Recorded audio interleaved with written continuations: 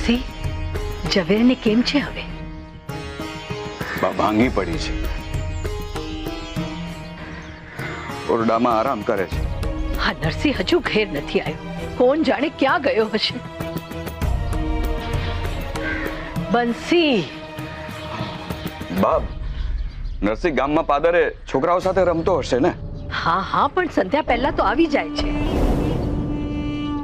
હું ગામમાં જોતી આવું. બા, તમે ઉભા રહો, હું તમારી સાથે આવું. ચાલ. ના ના બંસી, તું ઝવેર પાસે બેસ. એની પડકે રહીશ તો એને સારું લાગશે. બિચારી મૂંઝાતી હશે. હા, હું આવું. સાચવી. જા. બા, અટાડે ક્યાં? નરસિંહને શોધવા નીકળ્યા? હા હા. કઈ થયું તું એને?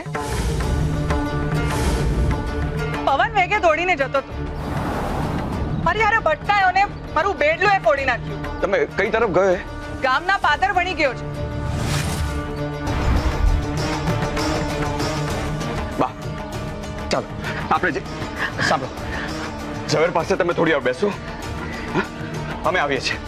જય હિન્દ. ચાલ, બા.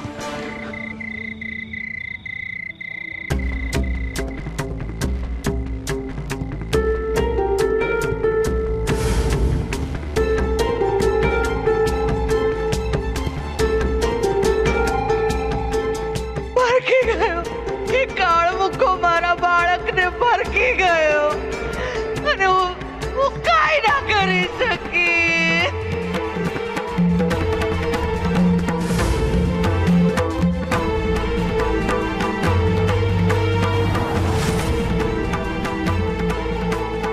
નારાયણ નારાયણ, નરસિંહ ગુફામાં પ્રવેશ કરી રહ્યો છે.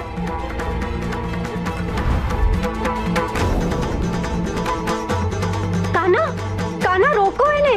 નિયતિના ગર્ભમાં જે લખાયું છે એ થઈને જ રહે છે રાધે. નિયતિની ગતિને કોઈ રૂંધી નથી શકતું.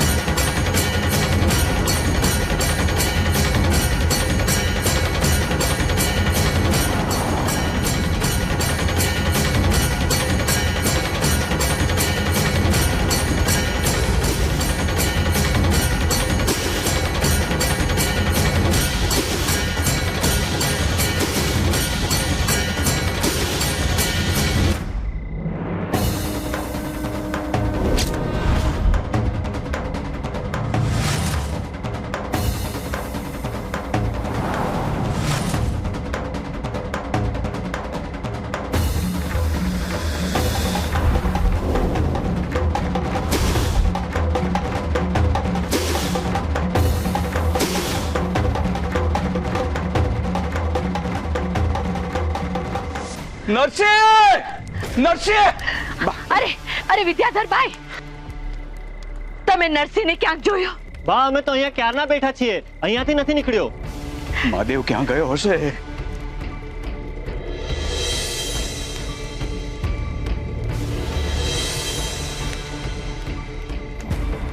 અરે બંસીભાઈ, એ બંસીભાઈ, બંસીભાઈ, અમે તમારા જ ઘરે આવતા હતા. અમે નરસિંહને વગડા તરફ જતો જોયો હતો. શું? અમે એને પૂછ્યું ખરું, પણ એ તો ઊંધું ગાલીને દોડવા લાગ્યો. વગડામાં તો જંગલી જાનવરો રહે છે. અમે હું એને કઈ કહું એની પહેલા તો એ ભાગી ગયો. આપણે વગડા તરફ જવું જોઈએ. હે મહાદેવ, મારા નરસિંહની રક્ષા કરજે. શ્રીદેવભાઈ, તમે બધા અમારી સાથે ચાલો. અને આ હથિયાર સાથે રાખજો, જંગલમાં જરૂર પડશે. હાલો ચાલો, હાલો હાલો બેન, હાલો.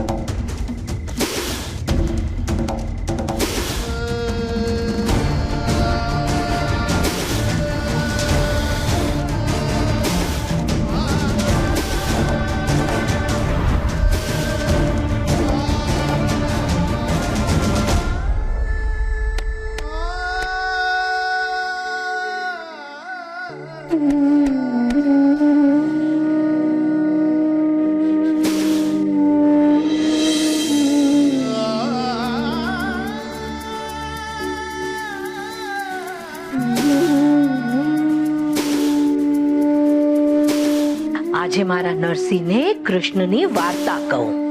બધા વ્રજવાસીઓ દેવરાજ ઇન્દ્રની પૂજા કરી રહ્યા હતા.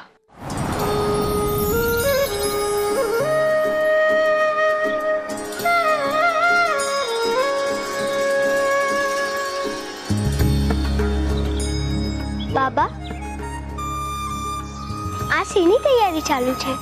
કાના, દેવરાજ ઇન્દ્રદેવને પ્રસન્ન રાખવા માટે યજ્ઞની તૈયારી કરી રહ્યા છે. કેમ? કેમ કે ભગવાન ઇન્દ્રદેવે વાયુ, જળ, અગ્નિ, પૃથ્વી, આકાશ એવા જીવન ઉપયોગી તત્વોને નિયંત્રણમાં રાખી મનુષ્ય જીવ માટે સરળ બનાવ્યા છે. તેઓ વર્ષા ઉત્પન્ન કરી આપણને જળ આપે છે. એટલે સર્વશક્તિમાન ઇન્દ્રદેવની કૃપા દ્રષ્ટિ સદાકાળ મનુષ્ય જીવ પર બની રહે માટે આપણે યજ્ઞ કરી રહ્યા છીએ. જેમ પરસ્પર સહાયતા કરવી, કપરા સમય એકબીજાને આધાર આપવો એ મનુષ્ય જીવનું કર્તવ્ય છે, એમ જ વર્ષા ઉત્પન્ન કરી જીવ સૃષ્ટિનું સંતુલન જાળવવું એ ઇન્દ્રદેવનું કર્તવ્ય છે. તો એમને પ્રસન્ન રાખવા માટે યજ્ઞ કરવાની જરૂર નથી. આપણે તો આ ગોવર્ધન પર્વતની પૂજા કરવી જોઈએ, જે નિસ્વાર્થ ભાવે આપણને વિવિધ પ્રકારની જડીબુટ્ટીઓ પશુ ભોજન આપે છે, જે ખાઈને આપણી ગાયો દૂધ આપે છે. એમાંથી માખણ, દહીં, છાશ વગેરે બનાવી આપણે આપણું ભરણ પોષણ કરીએ છીએ. કાનો કહે છે સત્ય છે.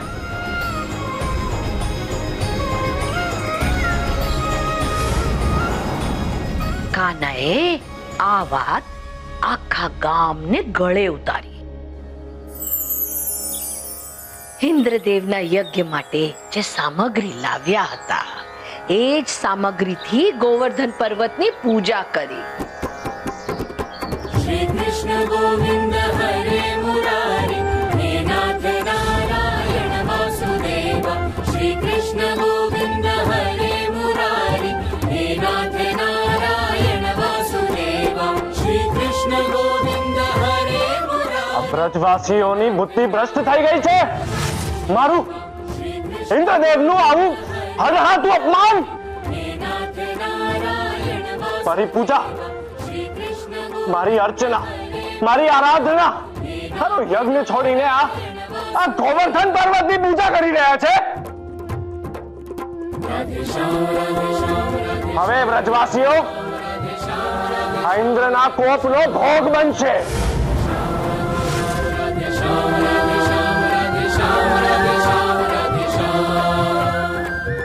ઇન્દ્રદેવે વ્રજ પર પોતાનો કોપ ઉતાર્યો.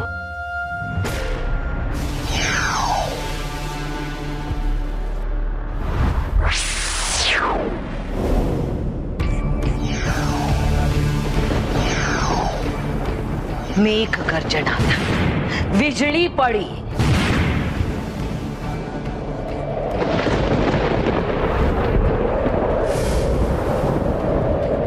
મુસળધાર વરસાદ પડ્યો અને ચારે કોર અંધકાર છવાઈ ગયો.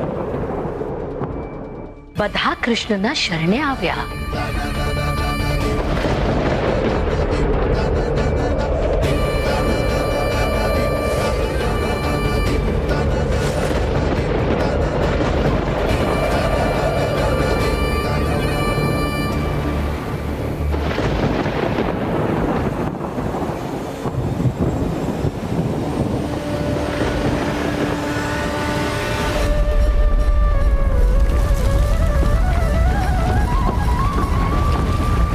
શ્રી કૃષ્ણએ ગોવર્ધન પર્વત ઉપાડીને આખા વ્રજને પર્વતની છત્ર છાયામાં લઈ લીધા. 7 દિવસ મુસળધાર વરસાદ વરસતો રહ્યો. 7 દિવસ કૃષ્ણએ પોતાની ટચલી આંગળી પર ગોવર્ધન ઉપાડી રાખ્યું અને વ્રજવાસીઓની રક્ષા કરી. એટલે જ કૃષ્ણ કહેવાયા ગોવર્ધન ધારી. ઇન્દ્રદેવે કૃષ્ણનો ચમત્કાર જોયો અને એમણે ચમત્કારને શત નમસ્કાર કર્યા. એમનું અભિમાન ઉભડી ગયું. એ કૃષ્ણના શરણે આવ્યા. કૃષ્ણએ એમને ક્ષમાનું દાન દીધું. તો જે આ રીતે કૃષ્ણના શરણે આવે છે તો કૃષ્ણ એની સહાયતા કરે જ છે.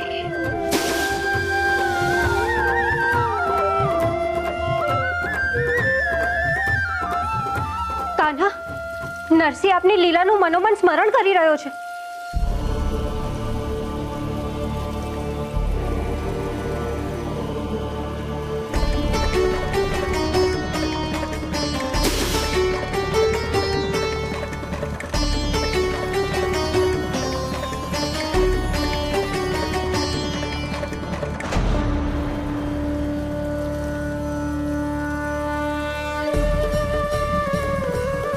કાન્હા, વ્રજવાસીઓને શરણ આપવા માટે તમે ગોવર્ધન પર્વત ઉચક્યો હતો. નરસિંહ માટે પથ્થર ઉચકવાનો પ્રસંગ આવી ગયો છે ને? મારા મનની વાત સમજી જાઓ છો દાદી?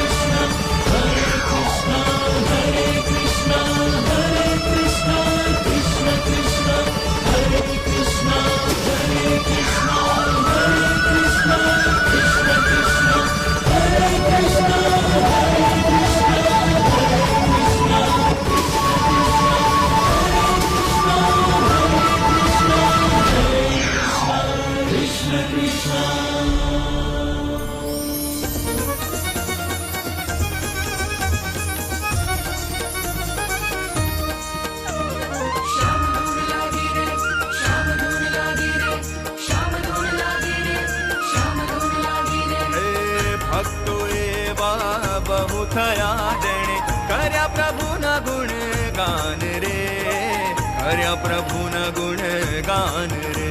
એવા ભગતની આ વાત છે જેની ગાથા કહે ભગવાન રે. ગાથા કહે ઘન શ્યામ રે.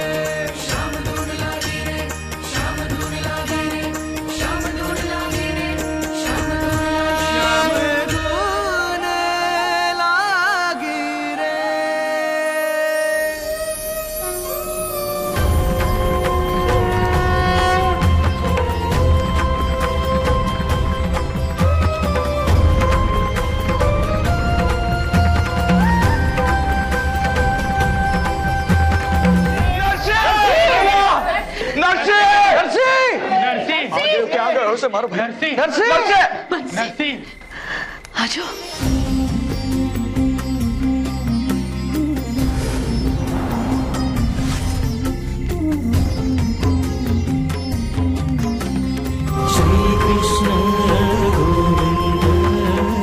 ભાઈ, આ ગુફામાં ન જવાય. આ ગુફા તો બહુ ભયાનક છે. હા હા, અહીં તો સાપ અને વીછી પણ હોય છે. તો પણ અંદર જઈને જોઈ લઈએ. બા, તમારી વાત એકદમ સાચી છે, પણ ગુફામાં જવું જોખમકારક છે. આપણે આ તરફ ઝરણા તરફ જઈએ ને ત્યાં શોધીએ ને. ના બનશે તારે ભાઈ, ના. આગળ આપણે ન જવાય, આગળ ગાર્ડ વન છે. હા, આગળ સિંહ અને વરુઓ પણ હશે.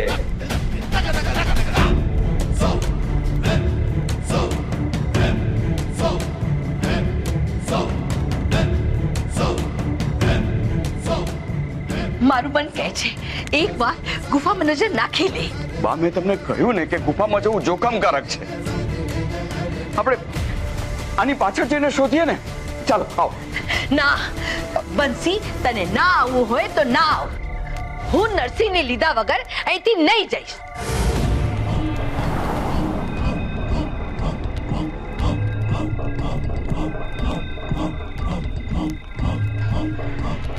બા, તમારે એકલા નથી જવા. હું તમારી સાથે આવું છું. હાલ.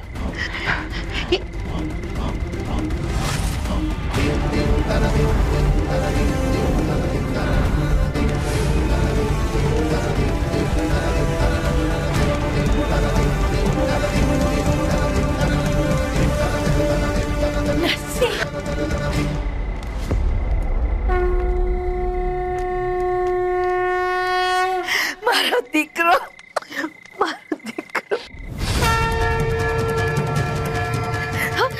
તું આ ગુફામાં શું કરી રહ્યો હતો? નરસિંહ, કોઈને પણ કઈ કીધા વગર કેમ અહીંયા આવી? અને તને ડર નહીં લાગ્યો?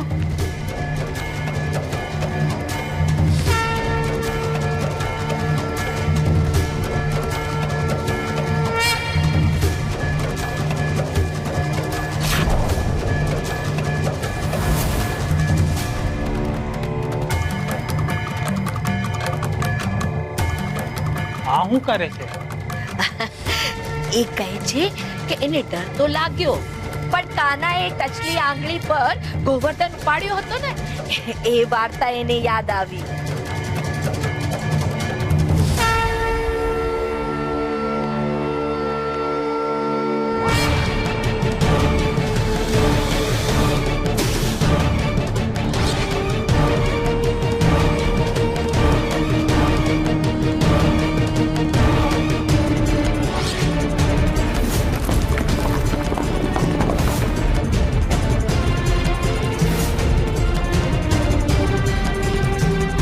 નરસિંહ, શું થયું? નરસિંહ, બધી વાતો ઘરે જઈને કરજે. અત્યારે ઘરે ચાલ.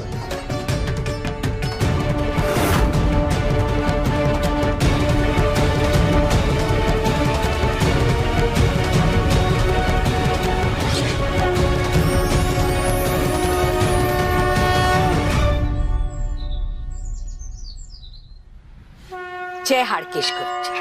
જય હાડકેશ ગૌરીબા. બોલો, કેમ આવવાનું થયું? અમારા નરસિંહને તમારી પાઠશાળામાં ભણાવો ને. અરે પણ બા, આ તમારો નરસિંહ તો બોલી જ નથી શકતો, મૂંગો છે. હું એને ભણાવીશ તો ખરો, પણ એને એ સમજાવ્યું કે નહીં, મને કેમનું સમજાશે? ગુરુજી, આ બોલી નથી શકતો, પણ સાંભળે છે બધુંય. એને સમજાય છે ખરું. તમારું બોલીનું સાંભળી શકશે અને યાદ પણ રાખશે. આવું ના હોય બા. હું છોકરાઓને ભણાવું ને પછી એમને સવાલો પૂછું, છોકરાઓ એ સવાલોના જવાબો આપે અને એમના ઉપરથી મને એમના ભણતરનો વિકાસ સમજાય. ખાલી સાંભળ કરવાથી ભણતર ના થાય બા, સામું બોલવું પડે. ગુરુજી, ભણતરને જો આટલા બધા વાળા બાંધશો તો તમારા જેવા ગુરુજી જન્મશે જ નહીં. પછી છોકરાઓને ભણાવશે કોણ? ભણતર તો ગંગા નદી જેમ વહેતું હોવું જોઈએ. જે આવે એ વેતી ગંગામાં હાથ ધોઈ જાય. મારો નરસિંહ સાંભળીને શીખે છે, થોડું ઘણું લખતાય આવડે છે, અને મારો દીકરો સમજણો છે. ઘણી વાર તો અમારી વાતોને કીધા વગર જ સમજી જાય છે. આ બીજા છોકરાઓ સાથે ભળી જશે. આને દાખલો આપો ને, બીજા છોકરાઓ કરતા પાછળ રહી જશે એવી ભીખ લાગ્યા કરે છે.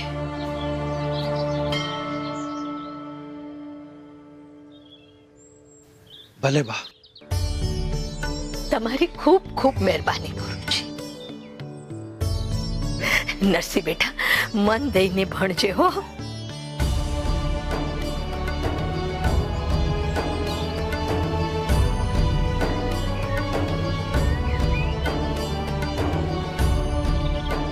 ધ્યાનથી ભણજે.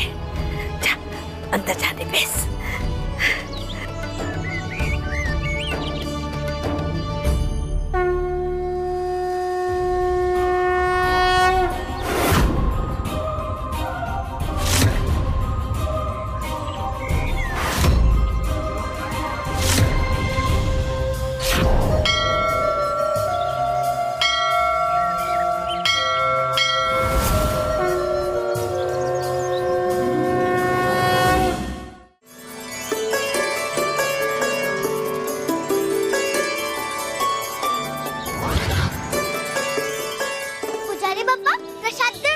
પહેલા ભગવાનને હાથ જોડવાના, એમને નમવાનું.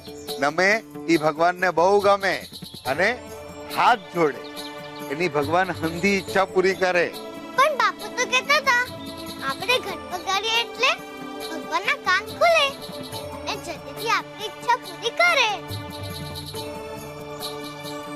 માફ કરજો પૂજારી બાપા, અમારી માણેક બહુ બોલકણી છે, આમ મનની બહુ ભોળી છે, જે સાંભળે ને બધું માની લે. અને પૂજારી બાપા, અમે આ ગામના નથી, બાજુના ગામથી આવ્યા છીએ. આ મંદિર જોયું એટલે થયું કે દર્શન કરતા જ.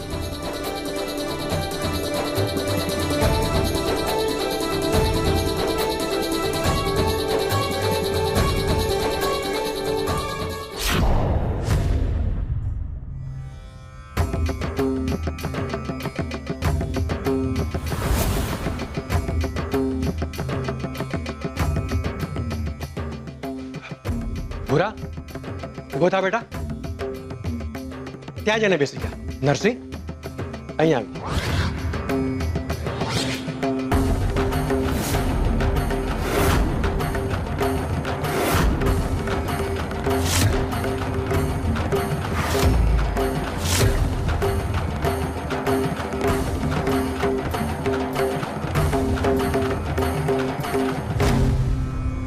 ચાલો બેટા, હવે આપણે જઈએ. ભગવાને મારી ઈચ્છા કહેવાની બાકી છે. તો લે, માંગી લે તારે જે માંગવું હોય તે બેટા. કે આમે ઘંટ વગાડ્યો છે એટલે ભગવાનના કાન તો ખુલી જ ગયા છે ને બેટા.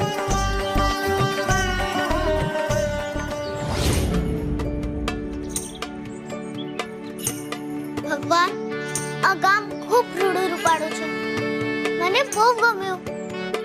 આ પ્રસાદ પણ ભાવે એવો છે. બાપુ, મારે તો અહીં જ રોકાઈ જવું છે. ભગવાન, તમારો કાન ખુલી ગયો હોય તો ધ્યાન દઈને સાંભળજો. હું કાયમ માટે આ ગામમાં રહી જાઉં એવું કંઈક કરજો ને ભગવાન. તથાસ્તુ. ભોળ ભવ ઝીલે તુરંત હાથમાં કરે તથાસ્તુ કાનો